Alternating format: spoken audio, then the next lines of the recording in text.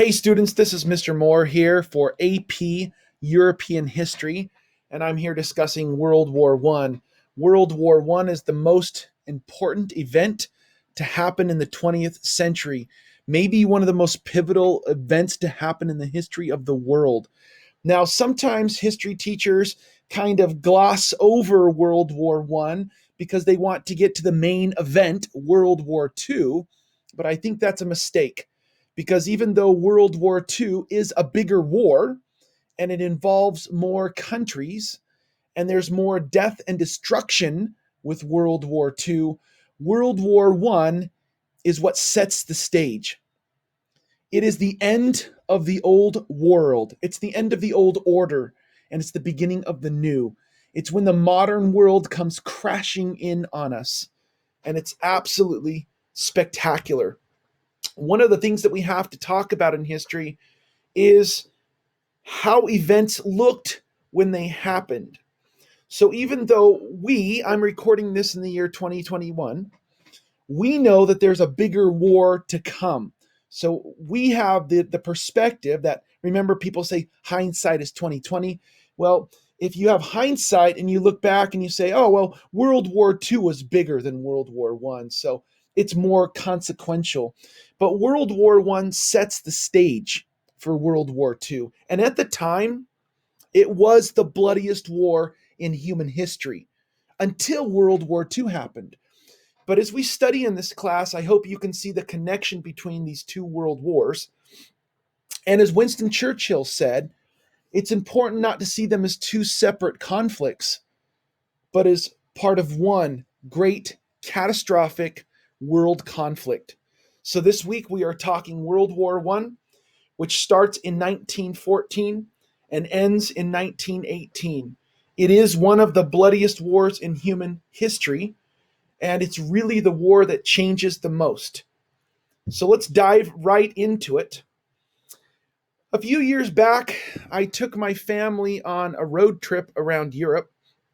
We flew into Germany and we visited, places like Belgium and Netherlands, and Luxembourg, and Germany, and France. Um, my family's been to places like Spain and England and Ireland and Italy and other places as well. But on this particular road trip, we were driving through the French countryside and we saw some signs for the town of Verdun. And being a history teacher, I was pretty giddy. I was like, oh, let's go stop in Verdun. The Battle of Verdun is one of the epic battles of World War One. And as we were driving through this forest, we noticed a landscape that kind of looked like this. You could still see the shell holes where the earth had been scarred from World War One. We're talking 100 years after World War One, and we were driving through the French countryside, and you could still see the earth scarred from the Battle of Verdun. Just outside of the city of Verdun, we saw this gigantic memorial that had been built to the soldiers who died in Verdun. And you can't see how tall cars are. You can see little cars in the background. I mean, this is a giant monument. And if you stand up here on this, it's a slightly elevated hill, you can see all around you just graveyards all around the area. What was really fascinating is inside of this memorial are the names, etched into the stone of French soldiers who died defending Verdun. And what's really interesting to me is on the bottom of this monument were tiny little windows that you could look into, and there was just piles and piles of bones. They said it was somewhere around 150,000 unknown soldiers. So I turned around and I looked at all of the graveyards that it just looked like graveyards went on forever. And then you peer into these windows, and there's literally piles of human bones that they couldn't even identify who these soldiers were.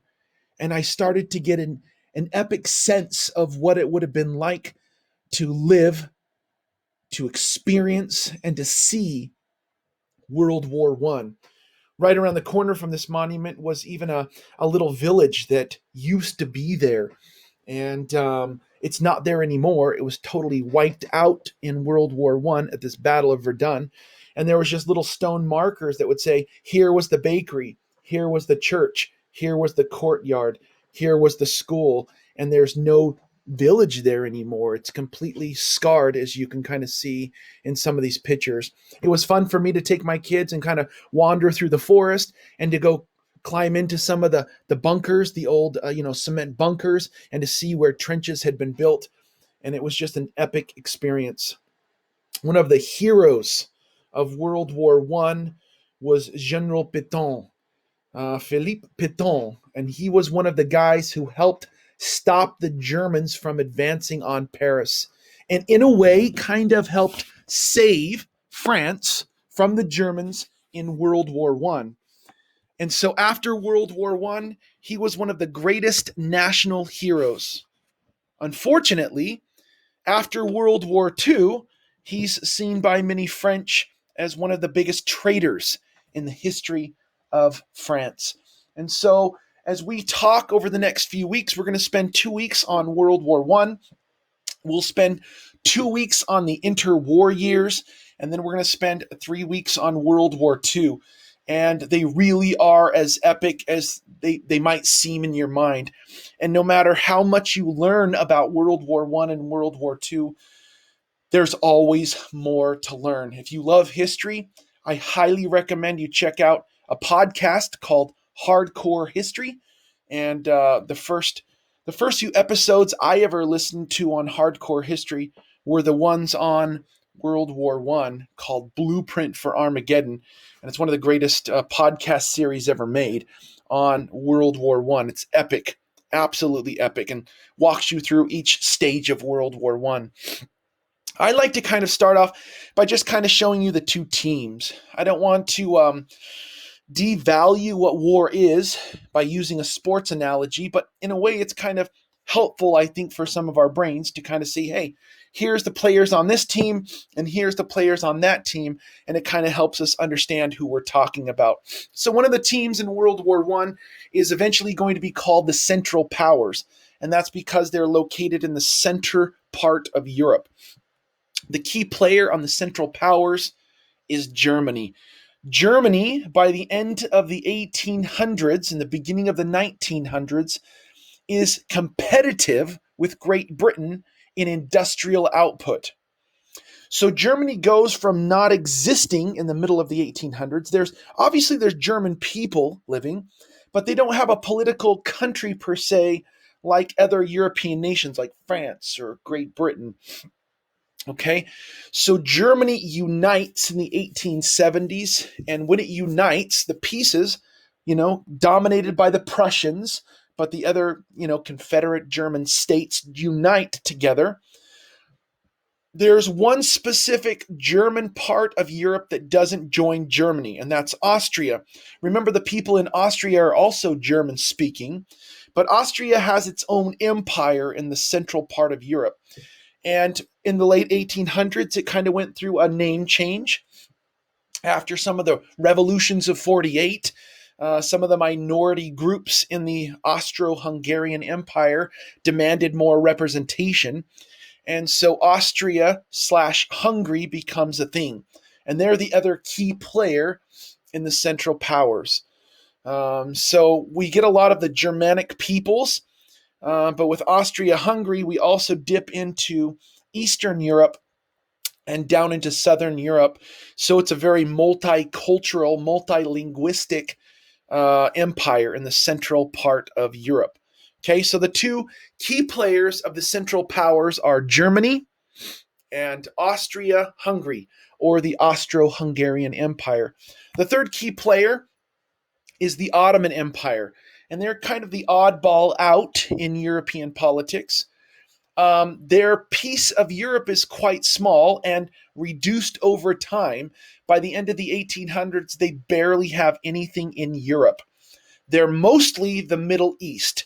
If you know where the modern day country of Turkey is, and the rest of the Middle East, like Syria, Jordan, Iraq, those kind of places, even parts of Saudi Arabia. Those would have all fallen under the Ottoman Empire.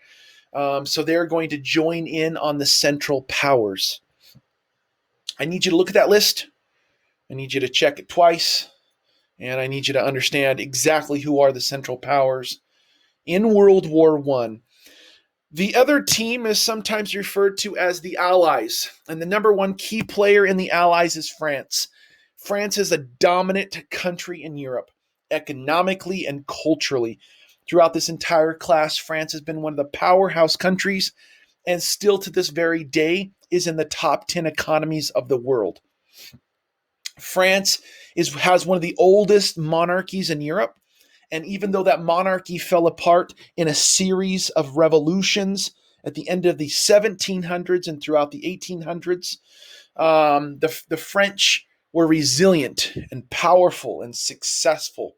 So France is going to be a key player in the Allies.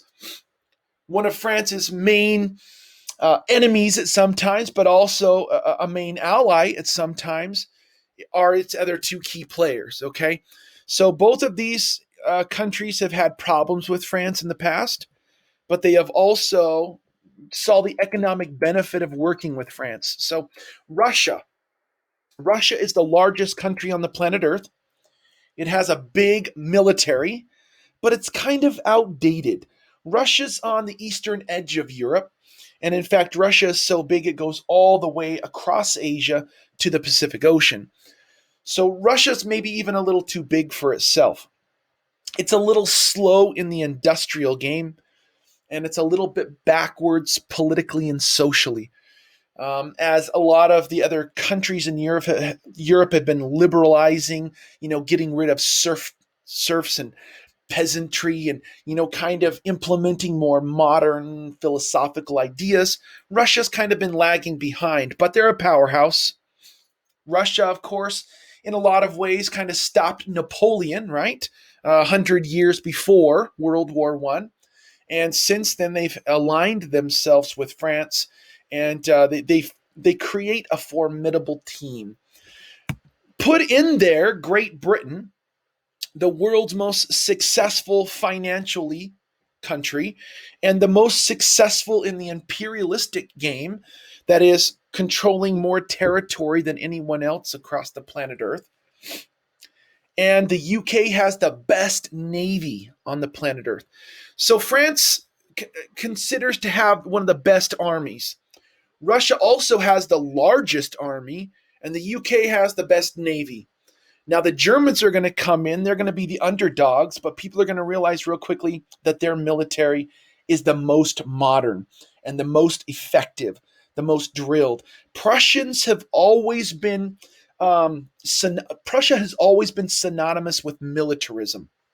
Okay, and then you add in the old credibility of the Austro-Hungarian Empire to the brand new, up-and-coming, modern, efficient Germany. That's an industrial powerhouse. And then a giant swath of the planet Earth that's controlled by the Ottoman Empire, and you've got yourselves a really intense matchup. So, some people say, well, Mr. Moore, I know Americans fought in World War I. Which team did we join? Well, the United States is going to join the Allies later, and I mean significantly later. The United States joins in the last part of the war. We showed up late to both World War I and World War II. Quite frankly, we're an ocean away, right? There's no actual battles in World War I or World War II that take place in the United States. Now, you might say, well, Mr. Moore, you just misspoke. Hawaii, that was, Pearl Harbor is part of World War II. That was definitely the United States. Kind of. It was a territory of the United States. It wasn't even a state. Okay? So that's as much a part as the Philippines were. And they were attacked at almost the same time for World War II. So you might say to yourself, Mr. Moore, you're kind of confusing me now. You're talking about World War I and World War II as if I know. And that is one of the problems. That's one of the problems that students have, is because Both World War One and World War II are so similar. It's difficult sometimes for students to split those apart. But maybe they don't need to. Maybe they just need to understand that both of these wars are linked to each other. And a lot of the key players are the same. So the Allies have Italy and the United States that join later. Now, there's a ton of other countries that are going to join in the team, but I'm going to try to keep this as simplistic as possible.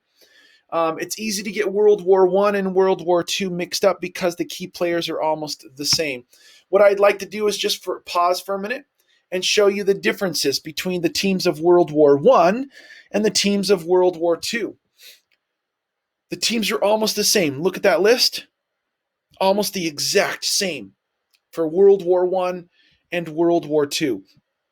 So for World War II, the Central Powers go by the name the Axis. But guess what?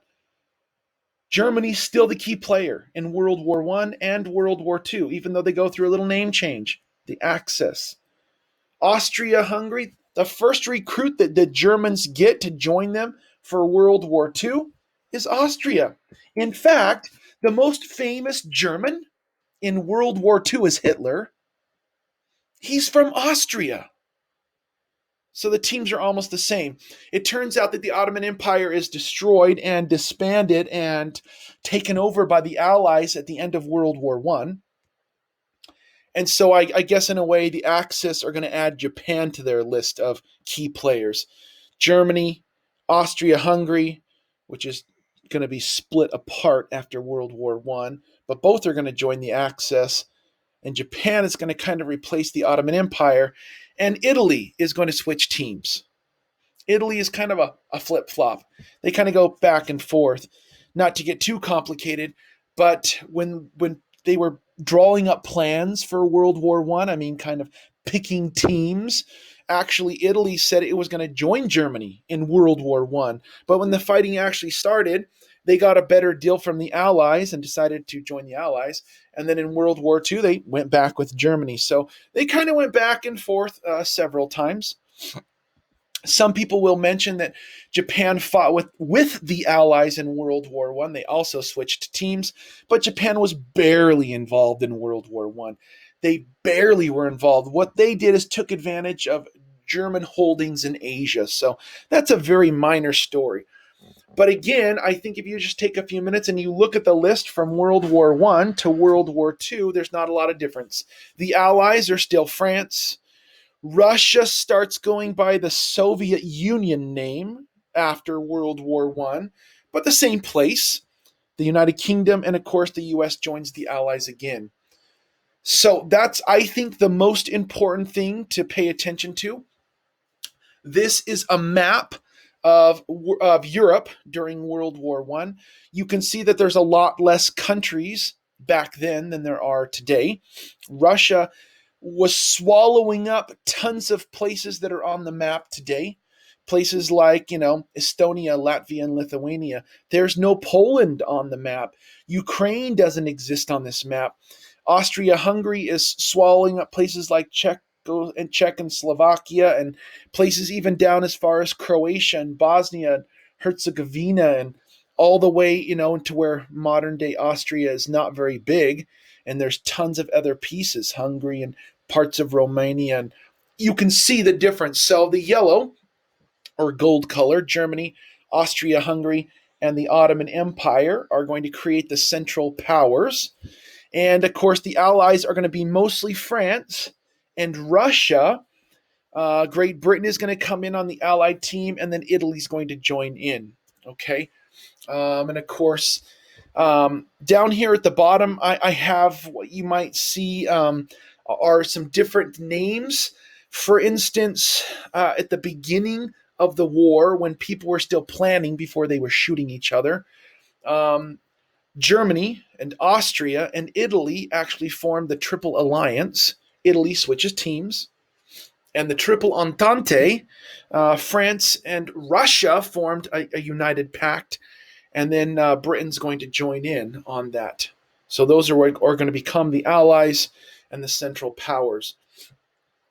So I do have a little football analogy that really works out better in class, but I think I could kind of just pitch it into me. I'm going to probably use this analogy throughout my conversations. Again, not to make war sound like a sport, but in order for us to kind of understand who's fighting who and how this works out. If you start the war in 1914 and you end in 1918, you got like this 4 years of war, kind of like 4 quarters of a football team. If that analogy is true, then the United States doesn't come in until the last quarter. And maybe we throw the last, touchdown. So we kind of get remembered as the heroes, but we also kind of, those who are fighting since the beginning, they're like, what about the other 20 touchdowns we got before you even showed up? Just because you scored the last one doesn't make you the heroes. You get all the glory. You don't have to pay the price. And that's the one way that some people view the United States role in World War One. So we're going to be talking. Ultimately, I'm going to try to show you how some things in World War One lead up to World War Two, and the way that World War One ends sets the stage. Just imagine if you were in a football game and both teams were like duking it out for 4 quarters and it was tied almost the entire time. It could be anybody's game, right? It wasn't like one side was winning the whole time. And then in the fourth quarter, the one team, the Allies, bring in a new player, the United States, who's fresh and not beat up, and they do throw, a touchdown pass, and so one team pulls ahead at the end. And then what if the other team, the Central Powers, what if their coach just throws in the towel, even though the game's not over? Usually, wars end when one side wins. And you're like, duh. But that's not how it worked in World War One. Allied forces never entered Germany in World War One. They called a timeout. An official timeout in war is called an armistice. And those are the kind of things we're going to talk about. If you end a war in an armistice, that's like a ceasefire, it's like a technical timeout, but you actually don't prove who won on the battlefield, that really pisses off the German soldiers. A lot of soldiers say we didn't lose. We were winning the whole time. And our coach, or the leader of Germany, called a timeout and said, hey, okay, we're gonna call a timeout and end this right now. We're not gonna finish the game. That's one of the motivations for Germans to fight World War II. They felt robbed in how World War I ended. So those are some of the analogies we're going to talk about.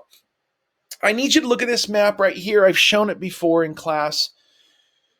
It's the concept of imperialism, something we've been talking about the last few weeks in class that you should have read about in your textbook. And certainly, you should have watched some review videos on YouTube. I guess my point is this. A couple minutes ago, I said, look, these are the 3 countries on the Central Powers, and these are the 3 countries on the Allies, joined later by the Italy and the U.S. But when I say France, okay, let's just take one example. When I say France, this green country right here, I don't mean this country right here. I mean everything that France controls.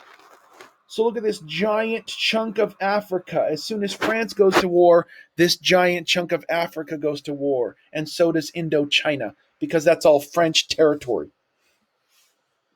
When the British go to war, right, they were one of the 3 main allies. When the British go to war, so does, a third of Africa? So does Australia. So does New Zealand, the Kiwi, the Aussies. So does India, the world's second and almost first biggest population. So does Canada, the world's second biggest country, land size. So when I say Great Britain, I mean Canada. I mean a third of Africa. I'm just guessing looking at the map here. I'm talking about all of India, which back then included Pakistan and Bangladesh, and we're talking Burma, which is a country next door, and Sri Lanka. I mean, we're talking a giant chunk of the world. Australia. New Zealand. So when I say Great Britain joined, so if we just take for a second, and again, I'm just doing some estimations right here, but if we took Russia, the world's biggest country, and Great Britain, the world's biggest empire, and France, the second biggest empire, those three countries alone swallow up three-fourths of the world. I mean, you see what I'm saying right here, okay? When I say there was three countries involved on the Allies, I mean they took in way over half of the world's population and resources into war. This is what makes it a world war. Imperialism is what makes this a world war. If it wasn't for imperialism, we wouldn't be talking about it. France and Russia had killed each other before, and now they're on the same team. But when the French and the Germans start duking it out, it should be a little footnote in a history book. But because they control so much of the world, they're going to get everybody involved. Hopefully that makes sense. So, important facts on World War I. World War I is actually known by two other names. When World War I was fought, nobody called it World War I. It wasn't until there was a round two, World War II, with the same basic key players that people went back and started referring to the first one as World War I. So if you don't understand, when people fought in World War I, they didn't call it World War I. It's just historians and people who lived through both of them said, oh yeah, remember in the First World War? Once they were having the second one. While people were fighting in World War I, most of them referred to it as the Great War, signifying that it was the biggest, deadliest war that had ever happened in the history of humankind. So in general, people refer to World War I as the Great War.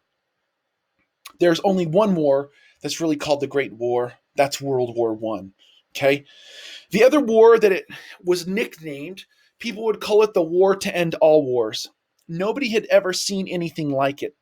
The amount of death and destruction, and the fact that we had new instruments of death, and that we had mechanized and we had industrialized death on a scale that was unimaginable. People started thinking this was the end of the world. People started saying it was the Bible coming true, Armageddon on earth.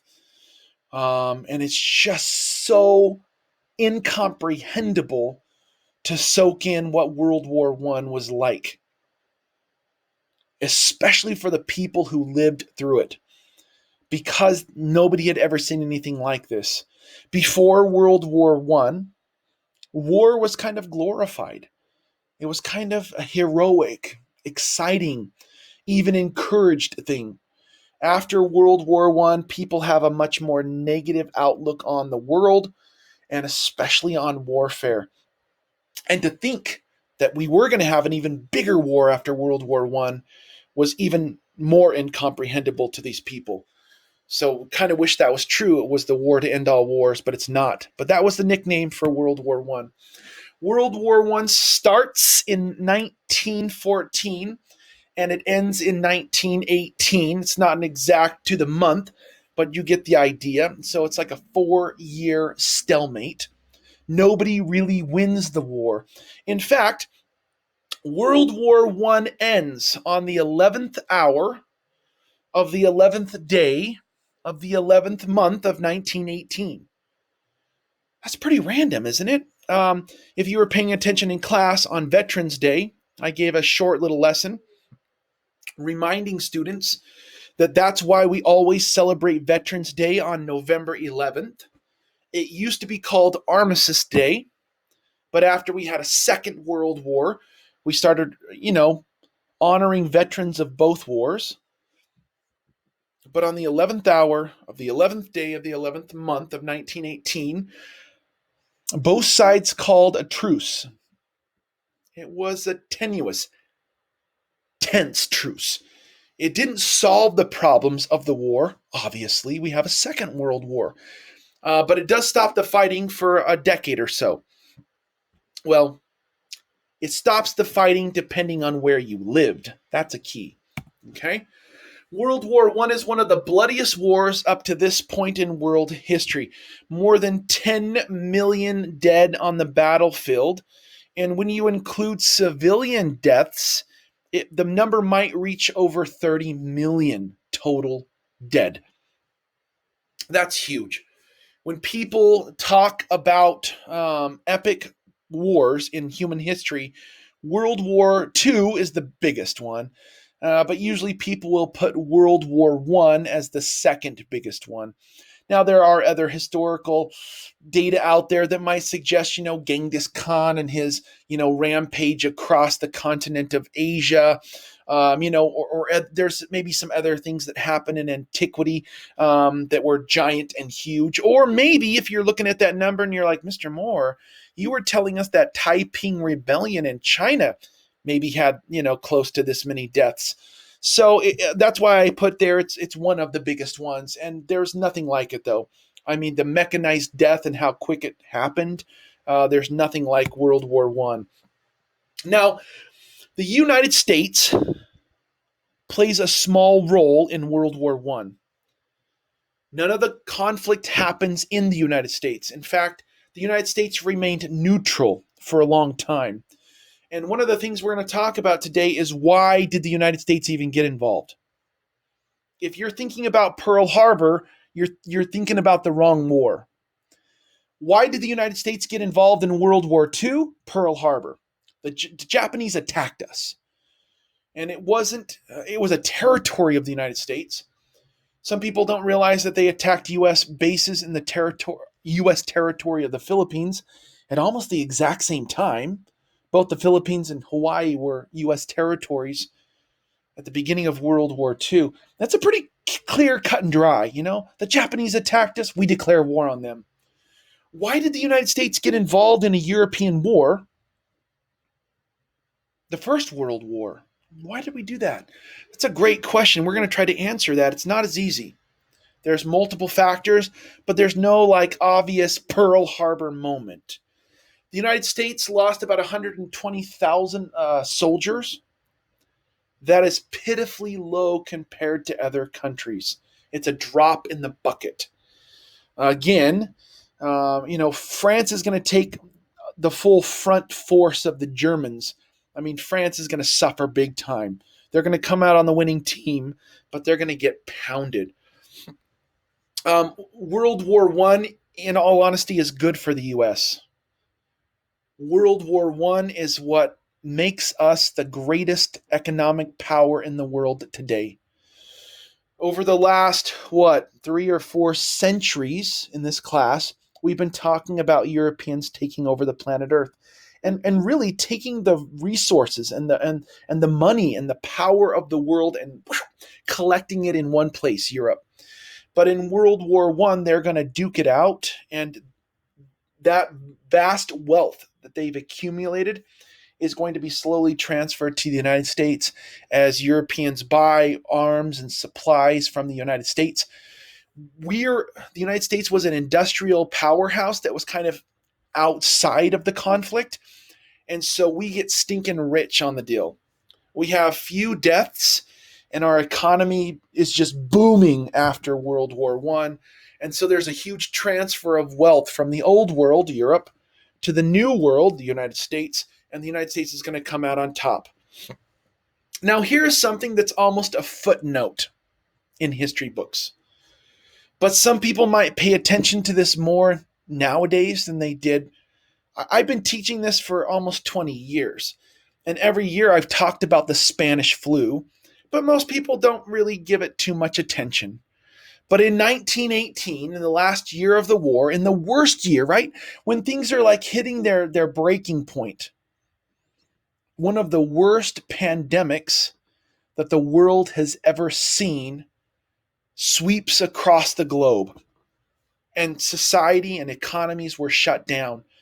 So not only were millions of people dying on the battlefield and civilians were dying, I'm just going to do, a little bit of math here. If we take 30 million people, that's 10 million soldiers dead on the battlefield, maybe an additional 20 million civilians that are killed and starving to death because the economy is being affected by war. And then you add on top of that maybe up to 50 million people from a pandemic, from flu. Man, we're getting really close to that 100 million mark in World War One. The Spanish flu, it's hard to comprehend. Um, Take out your Chromebook and Google how many people have died from coronavirus. Now, I'm not trying to say coronavirus isn't bad, but the numbers aren't even close. The numbers are not even close. How many died? So I know some people are like, 2020 is like the worst year ever. Not even close. I take 2020 1,000 times over before I was back in 1918, especially depending on where you were. The Spanish flu was so much worse. And, medical technology wasn't as good, and vaccinations were not a thing. So maybe a lot of those deaths could have been prevented. Sometimes people are like, is it really worth all the quarantine and shutting down, schools and all the things that we're doing to try to prevent the spread of the disease? But look what's happened. The numbers are way lower than the Spanish flu, one of the worst pandemics the world's ever seen. Happened at the end of World War One, and way more people died of the Spanish flu than died on the battlefield. But that's not as glorious. So that's why it kind of takes a footnote in the history books. Why is World War One so catastrophically different than the wars that were fought before? Because World War One is really the first modern war. It sets the stage for everything that is warfare today. It's the first time people ever used planes in battle. Now, these are primitive planes, open cockpit, propeller planes. But the plane has just a decade before, like 10 years before World War One, people were just starting to mess around with the most primitive planes. So these planes are primitive, and the war is going to just kick them into gear.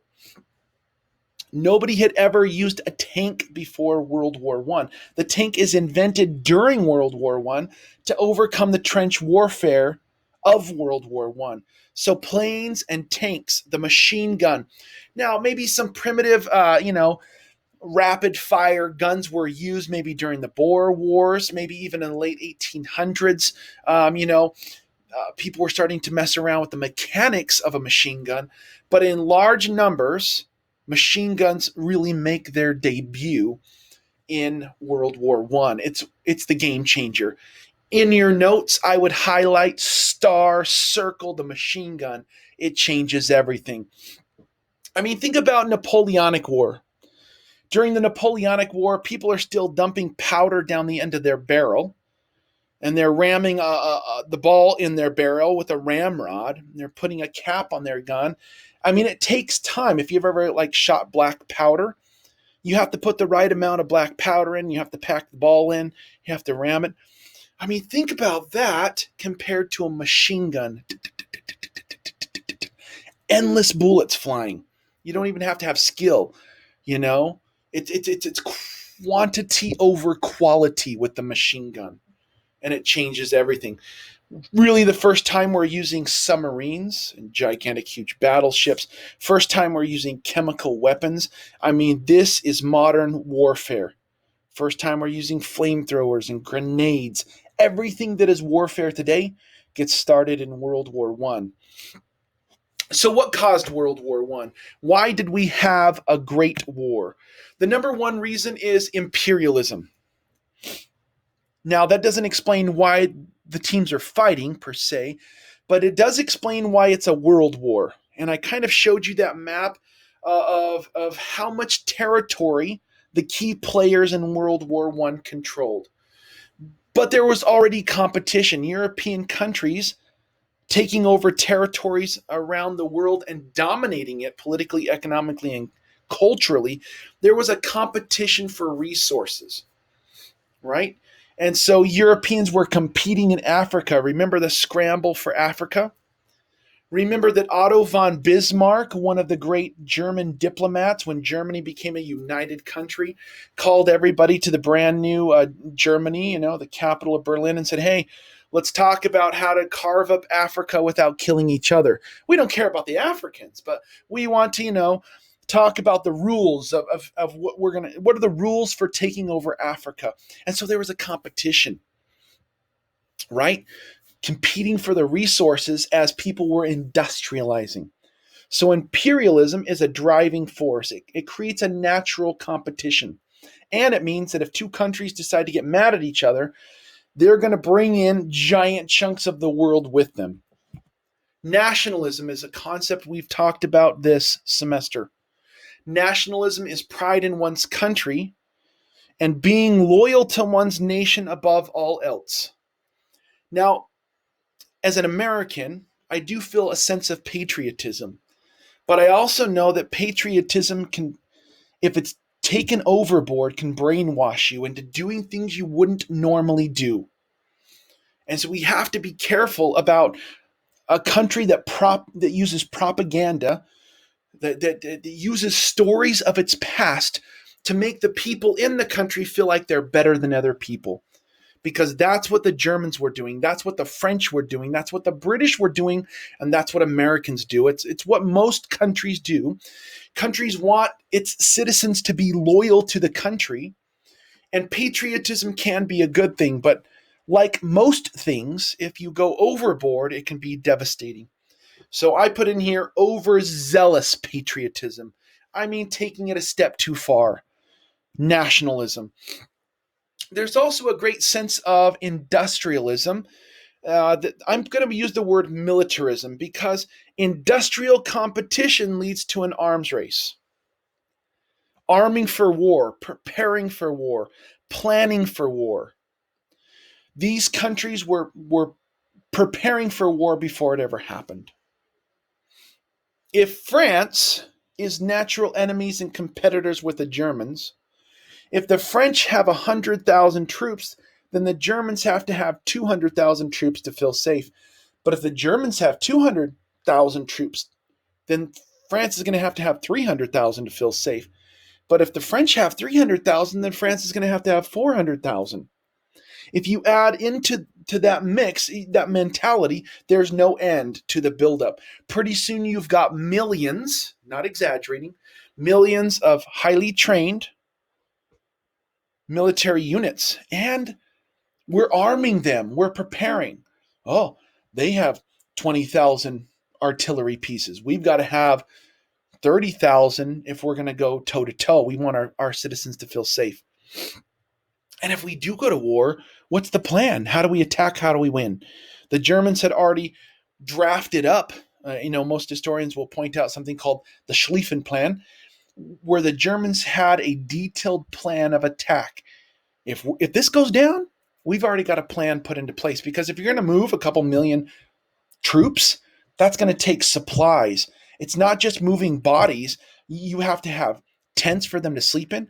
You have to have horses to pull wagons. You have to have, remember, they're still using a ton of horses. This is the beginning of the 1900s. There are trucks and car, vehicles, automobiles, but really things are going to be transported by train. And we're starting to toy around with some wireless radio, but that can be picked up by anybody. So how do we get communication there? All these things have to be factored in. If you get troops to the front lines, do they have supplies, munitions?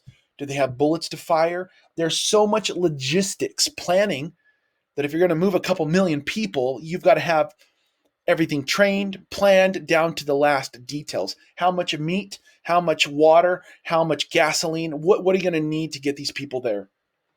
And so the Germans were planning it, so were the French. Everybody had their plans in place. So when fighting does happen, it happens fast.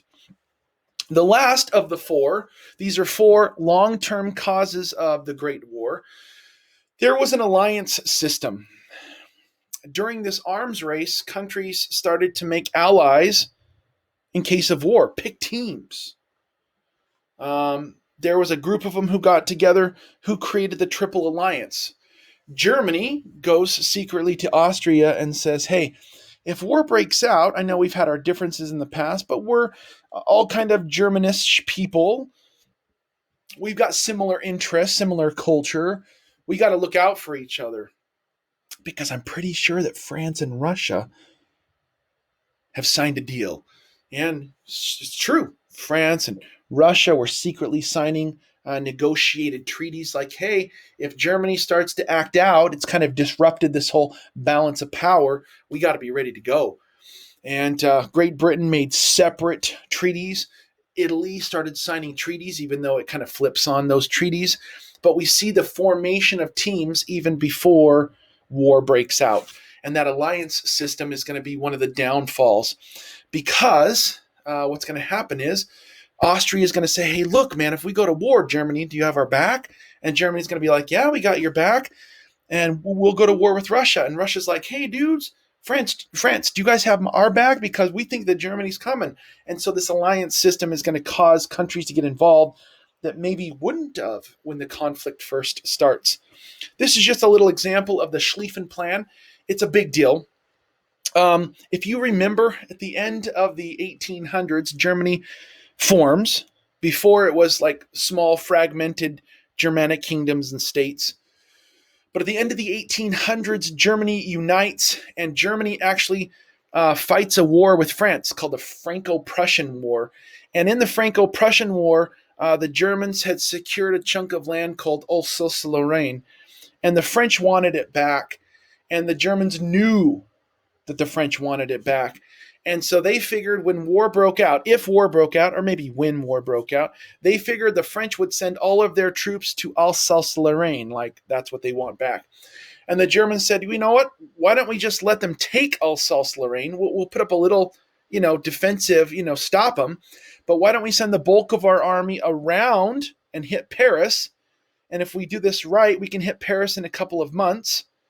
And then we'll force them to sign a treaty. We'll get to keep Alsace-Lorraine because we took Paris, and we already know what they're interested in taking. So they were kind of playing off past conflicts. The problem is, if they're going to go around the French army, they have to go through a neutral country of Belgium, and that is going to bring Great Britain in.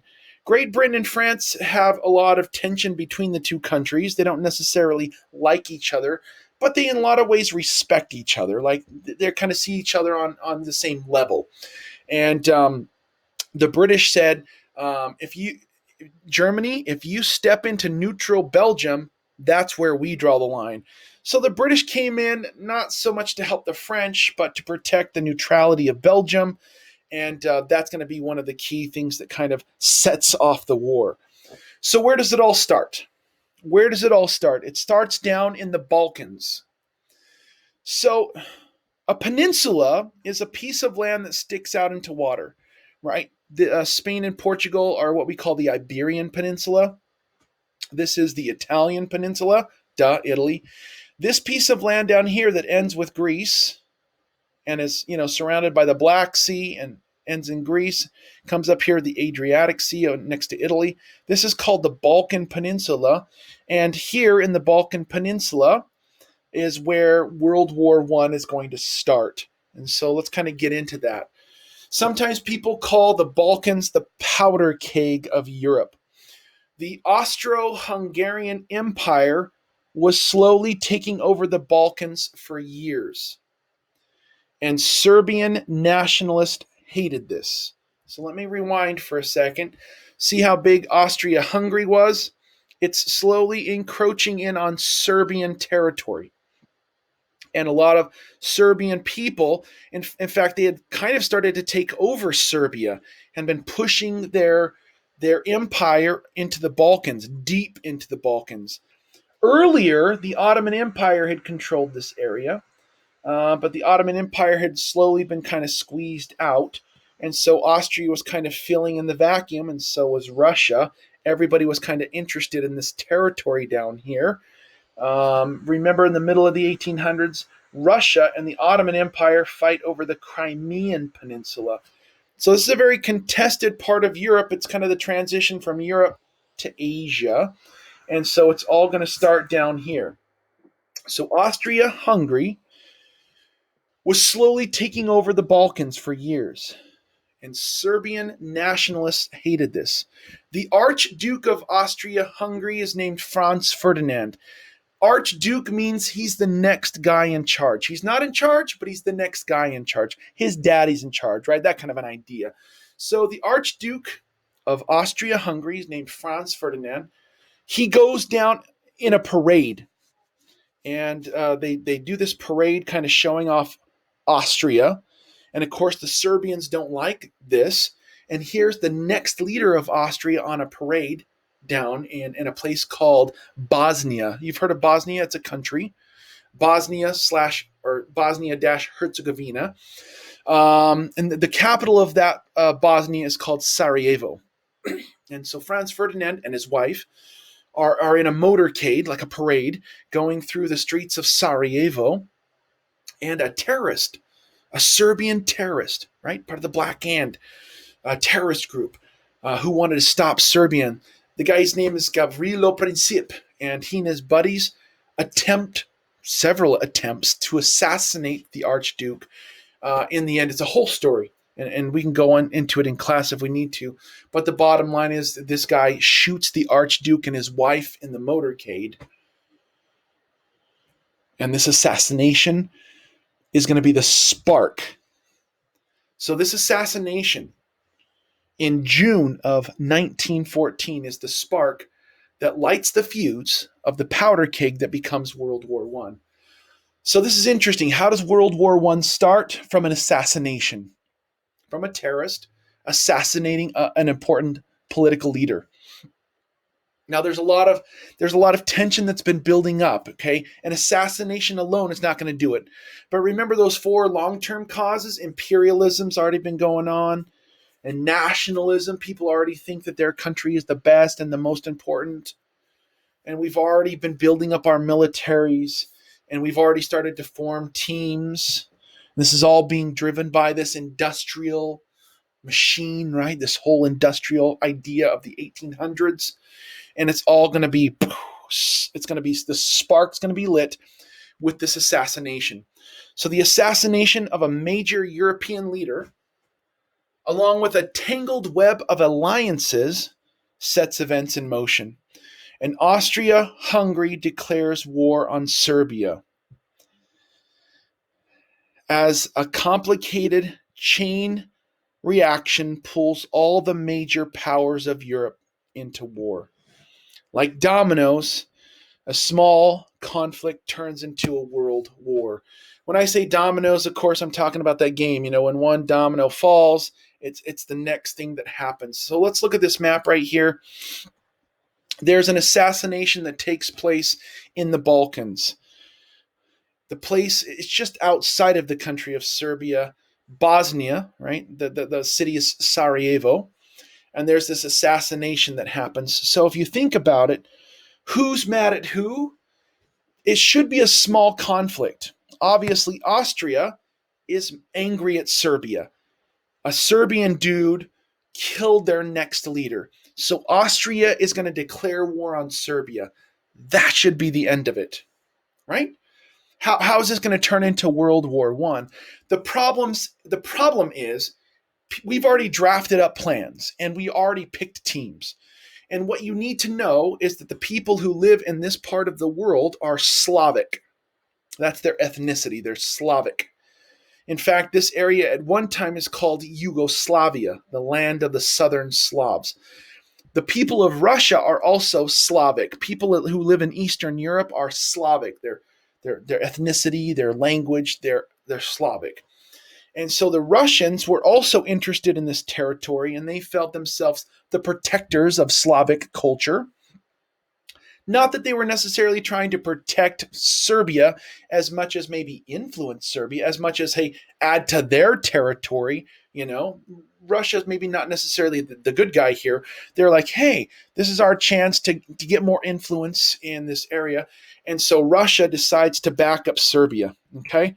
So when Austria declares war on Serbia, Russia says, that's our territory. If you mess with Serbia, you're messing with Russia. Back down. And Austria says, we can't back down. These guys killed our next leader, so we're not going to back down. So they say, hey, Germany, you got our back? Germany says, yes. If Russia mobilizes troops, we will. We will defend you. If Russia says they're going to attack you to protect Serbia or their interests in Serbia, we're going to attack Russia. And Russia says, hey, France, if Germany attacks us, you got our back? Yeah, we got your back. And so you can see the system of alliances is starting to cause us from a small assassination. And I mean, an assassination is not small, but it should have been a small conflict. Austria is obviously mad at Serbia. So this should have been a war between Serbia and Austria. But Russia backs up Serbia because that's their territory. They feel like they're protecting their interests.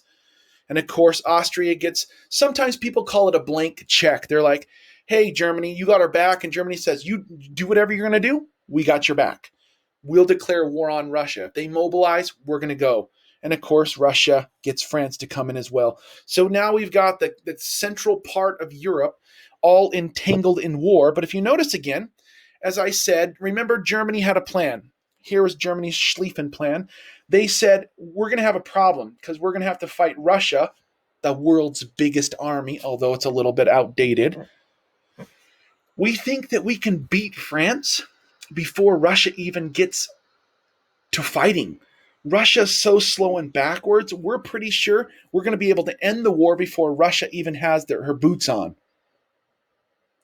So the Schlieffen plan was to send a little bit of forces to the Eastern Front, to stop Russia in case they were going to cause any trouble. But then to send the bulk of their army into France. Remember, France was going to attack Germany here for Alsace-Lorraine. And the trick is they had to go through neutral Belgium. Again, it's neutral Belgium that causes Great Britain to get involved. Okay, so they're going to declare war on Germany, and they're going to deploy all of their troops into this Belgian area right along the border of France and Belgium. That's where the bulk of the British troops are going to be deployed. Now, the British army is ridiculously small, but their navy is top notch. So that's what they bring to the table. Now, the historic enemy of Russia is the Ottoman Empire. And remember the whole Crimean thing. And so the Ottoman Empire joins on the Central Power team, especially to get back at Russia. And of course, Italy was kind of teetering back and forth onto what team, and they finally join the Allies, and so they're going to become a key player. And then comes along the United States, and there's going to be a series of events that are going to lead Americans from a neutral position to one that starts to favor the Allies. And the reason I'm putting a ship out here is because it's all about shipping. Remember that World War I is good for us. And the reason it's good is because we're making stuff. We're making supplies and guns and munitions for Europeans to blow each other up, but we're kind of staying out of it at first. But some Americans start to die in the transportation process, and there's a couple of other key factors we'll go over right now that's going to lead the United States to get involved. So I hope you kind of understand this domino effect, and you can kind of see how a small incident in the Balkans is going to lead to the biggest war in human history. I've got some great clips. You're welcome to watch them, kind of get a feel for what World War I trench warfare would have looked like. Here's the big question. Why did the U.S. get involved in World War I? The President of the United States was Woodrow Wilson. He's the 28th president. He pushed for neutrality and isolationism. The United States has always kind of been like, hey, we're not going to get involved in your garbage. That's your problem. We're going to stay out of it. And he even ran on that as part of his campaign. Hey, I'm going to keep us out of war. But pretty soon, things start to change American attitudes. Remember that Americans come from all over Europe. Right? I mean, some of us as Americans trace our heritage to Scotland, or Wales, or England, or Ireland. Some of us as Americans trace our roots back to Spain, or France, or even Germany, or Italian, right? Or Russian. I mean, Americans are a mix of people around the world. So what side would we even pick? I grew up in Nebraska, and in Nebraska, we celebrated May Day. Do you know what May Day is? If you grew up in Germany, you knew what May Day was. When I grew up in Nebraska, we celebrated Oktoberfest. when I grew up in Nebraska. I don't even know if you guys know what Oktoberfest is, but it's a very Germanist holiday. There's a lot of people with German roots in the Midwest, right, of the United States, places like Nebraska. And so there was a lot of sympathy even for both sides. Now, here's another problem with World War I and World War II. In World War II, it's obvious that the Nazis are the bad guys. It's almost like we put this evil label on the Nazis. So when people think about Germany, they're like, oh, they're evil. The problem is in World War I, there was no Nazis. Germany was just a country. And both sides had valid reasons to go to war. And so sometimes we put that label of like evil on the Germans, but that's not necessarily true. So a lot of Americans were like pro-German at first. They're like, I can see their problem. They're kind of the underdog and everybody's kind of stepping on them. They have a reason to defend their territory. So why did we kind of slowly switch and join the Allied team? A lot of it has to do with what historians or people refer to as the Rape of Belgium. Now, the word Rape of Belgium, that's a pretty dramatic title. And some people might say that's propaganda. That's British propaganda. And maybe it was. But what the Germans did when they went into a neutral country of Belgium, it starts to change people's attitudes, right? It slowly begins to shift public opinion in the US and other places against the Central Powers. Because here's the Germans going into a neutral country that has nothing to do with the war. The Germans thought the Belgians would just get out of the way, like Moses parting the Red Sea. They just let the German army go through, no problem. Hey, we're not here to take over your country. We're actually going to fight France. But the Belgians didn't put up with it. And the Belgians put up a fight. Little tiny Belgium put up a fight. Now, they didn't stop the German war machine, but they slowed it down a little bit. And the death and destruction that happened in Belgium as the German army was going through on its way to France starts to change public opinion. It brings the British in. Really, that's the last straw for the British. They step into the war, and it starts to get Americans thinking maybe the Germans are the bad guys. On May 7th of 1915, a German U-boat sank a British ship called the Lusitania, killing over 1,000 people. And 128 of those 1,200 people were Americans. So German U-boats are going to become a major factor in why Americans get involved in World War I.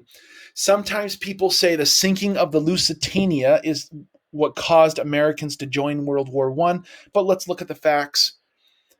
If you're really upset about something, do you wait 2 years to get involved? Remember, the United States doesn't get involved in World War I until 1917. If you're mad about something, you don't wait 2 years to do something about it. If I was going to put the label unrestricted submarine warfare, that is a reason. Remember, by 1917, the Germans were sinking tons of ships. In fact, the Germans said any ship that's coming to Great Britain is going to be sunk. We're at war with Great Britain. That's what Germany says. So any supplies that are coming in is hurting us. So we're going to sink any ship. It doesn't matter what kind of ship it is, whether it has food on it, people on it, munitions on it, machines on it, whatever, we're going to sink it because every supply that's going into Great Britain is against us. And they actually took out, from what I understand, they took out full ads in U.S. newspapers saying, do not come to Great Britain right now. We're at war and we're going to sink all the ships. So the fact that they sunk the Lusitania is just one of thousands of ships they sank. So unrestricted submarine warfare is one of the reasons the United States got involved, because it was hurting us financially. And there were some Americans who were dying. Again, it's a slow process. It's not like a one-day event like Pearl Harbor. It's a slow event over, a couple of years. And the Germans back off, but then they're like, no, we got to do this. It's like one of those decisions they had to make. In 1917, the British intercepted a telegram from Germany to Mexico known as the Zimmerman Note. What? Mexico? What does Mexico have to do with World War I? Well, remember in the 1800s, World War I is just the beginning of the 1900s. In the middle of the 1800s, the United States took giant chunks of Mexico.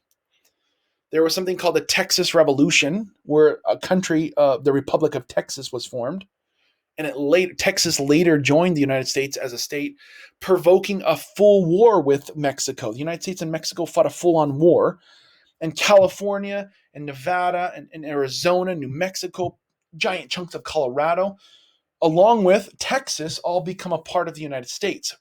That's territory taken from Mexico. So there's some tension between the United States and Mexico. And Germany wants to keep the U.S. out of the war.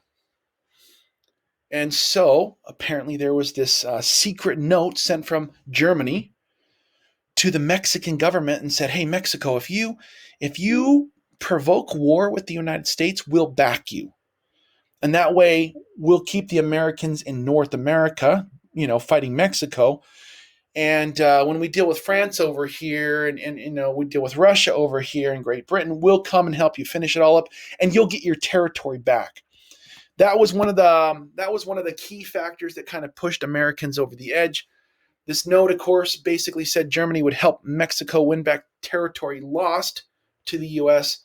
in an earlier war. So you can see it's not one single event, but public opinion slowly changing. We can point to, say, the Lusitania, but there was thousands of ships, a lot of merchandise. The Lusitania is probably the most American deaths, but there's a lot of supplies that are lost, and it's hurting business. And then unrestricted submarine warfare is like, hey, that's going too far. And then the Zimmerman note pushes public opinion to the brink. Okay, the Lusitania was a British ship with some Americans aboard. Remember, World War I is good for the U.S. economy, as old world wealth is transferred to the new world through arms manufacturing, food production, industrial trade, and international loans. So the United States declares war. In 1917, the United States declares war. Remember, the war ends in 1918. To be truthful, even though we declared war in 1917, we were in no position to go to war. In fact, Europeans referred to us as doughboys. Because we showed up with cowboy hats. We were still riding around on, horses, still taking care of some of the last Indian resistance. And the United States had been dealing with some Mexican bandits like Pancho Villa who had been crossing the border. But Europeans were involved in this giant mechanized, radically new warfare, and Americans showed up unprepared. We didn't have a very big army. And we weren't trained. So it takes time. By the time we actually get to fight in World War I, it's more like 1918, end of 1918, like summer of 1918. So we're involved in the war very slowly. The top U.S. general was John Blackjack Pershing. General Pershing was the top U.S. general. And when American troops showed up in France, the first thing we did is we marched through the streets of Paris, in a big parade, and we went to the tomb of Lafayette. And there, American soldiers paid respect to the tomb of Lafayette. Remember, he was that French guy who had helped in the American Revolution. It was kind of like, hey, you guys helped us win the American Revolution a century earlier. Wait, we're here to pay you back. We're here to get you guys. We got you back now, okay? Again, I've got some great videos. I hope you'll check them out in class. If we were in class, I would show them. This is really interesting. I don't know if you've ever heard of the first Christmas of World War I. It's a really cool story. Here's these enemies that are killing each other in the biggest war of human history. And the first Christmas, it was unofficial, but they kind of called a truce on the line, and British soldiers and German soldiers were, giving each other cigarettes and chocolates and having drinking, even having some soccer games in no man's land. Both sides didn't allow this in future Christmases, but it's a really cool, one of those inspirational moments where at Christmas time, people have a general feeling of peace, and even in the biggest war in human history, it was a great little moment that happened at the beginning of the war. I think this is really interesting. I'm a huge fan of Lord of the Rings, and the author of Lord of the Rings is J.R.R. Tolkien. And he fought in World War One. He witnessed the trench warfare and the death and the destruction firsthand.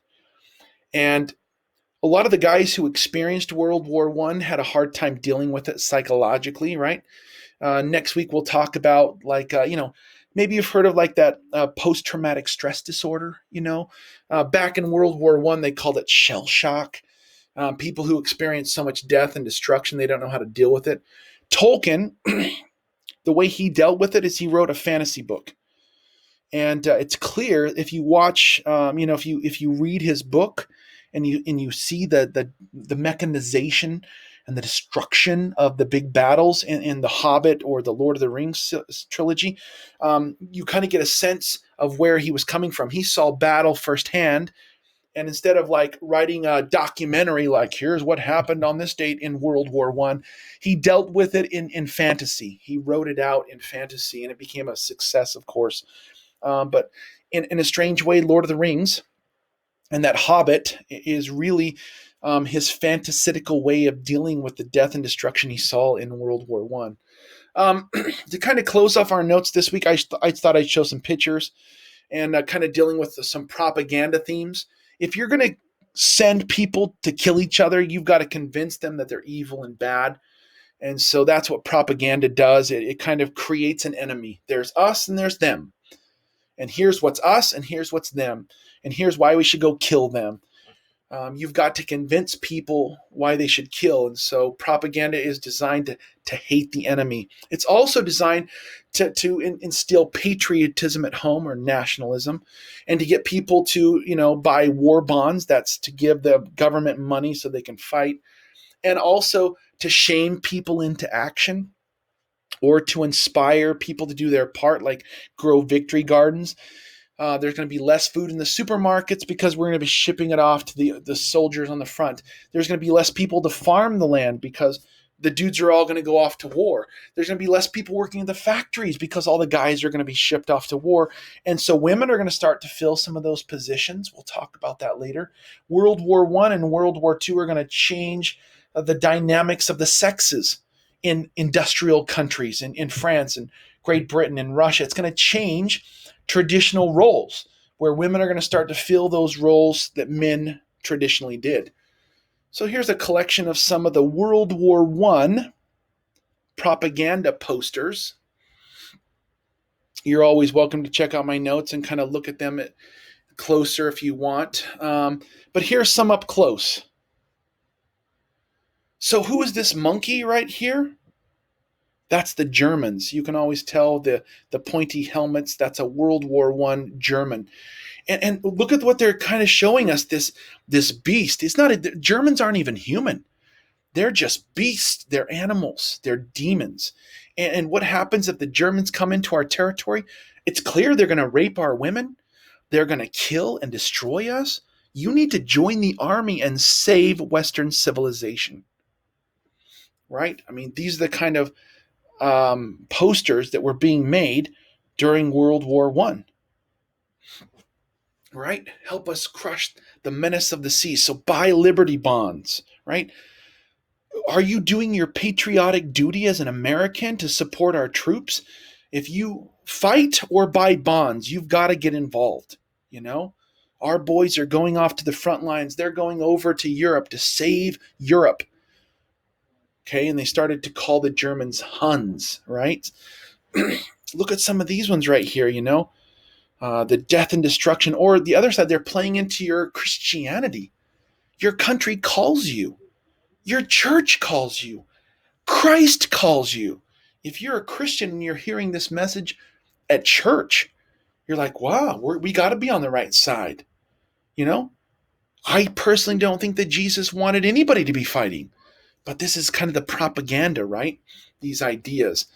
Over the top, that was the scariest thing. We're going to talk next week about trench warfare. I mean, I got a whole nother week I'm going to be talking about World War I. I'm just kind of laying the groundwork this week. But trying to get, this is a very heroic. Oh, that would be exciting and fun, We still like war movies, right? It's still got that romantic idea, even in today's world.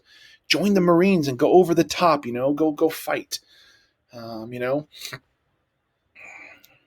and they thought that we couldn't fight, because the Europeans called us doughboys. We were playboys, we were soft. We're cowboys, we go out and ride on horseback, Europeans had the greatest, best modern technology, and we weren't even a part of that. But you can see that there's some of these posters, they give their lives. Can you lend your savings? Can you help out? I mean, the boys are going over there and dying. What part are you playing? Anyways, there's a ton of great pictures. This is World War One. We actually get some video footage. There's some real video footage out there. So it's not just paintings anymore. At the end of the 1800s, photography was reaching a point where we could get action shots. And, even people like Thomas Edison were playing around with moving pictures. If you show pictures really quick in front of the human eye, the pictures can appear to move. That's all that you're seeing. When you go watch a movie on your high-def TV, they're just showing you still pictures, but it's happening so fast it appears to move. That's how it works. There's really no such thing as moving pictures. It's just how our eyes work. If you flash an image in front of your eyes fast enough, it appears to move. High-def TVs flash pictures at least 60 to 120 times per second. So, they were kind of toying around with moving pictures back then. So we have some video footage of some World War I planes, or the Unterboats, the Unterseeboats. That's the U-boats that the Germans were using, going out in these wolf packs. I've got my air quotes going on here, and stalking, ships going across the Atlantic. There were gigantic dreadnought battleships that are a signature in World War I. World War I is the first time that people use chemical weapons. They're using machine guns. Trench warfare is going to become a word that you have to understand when it comes to World War I. And we're going to talk about trench warfare next week, and we'll talk about chemical weapons. I mean, again, this is just the beginning, like laying the groundwork for World War I. Gallipoli was one of the biggest disasters of World War I. Here's a little clip from a movie called Gallipoli. It's an older movie, but it kind of gives you a sense of what it would have been like to be an Australian brought in by the British Empire, told to storm Gallipoli, even when you knew you weren't going to make it. At first, people were excited to fight until the hell of war rears its ugly head, and these troops found themselves in the biggest war in human history. So I've got some great review videos. And again, next week we're going to be covering World War I, so I got a ton more videos next week as well. I think it's one of the biggest events to ever happen. So thank you for being here with me. And I hope that you at least got some groundwork for World War I. And please note that we're not even close to being done. We got a whole nother week on World War I, and then the week after that we'll deal with the Russian Revolution, and then the Great Depression and rise of dictators, and then we're going to get into World War II. So for quite a while we're going to be talking about these epic European wars that turn into global conflicts. Thanks for being here. This is our notes for AP European History on World War I.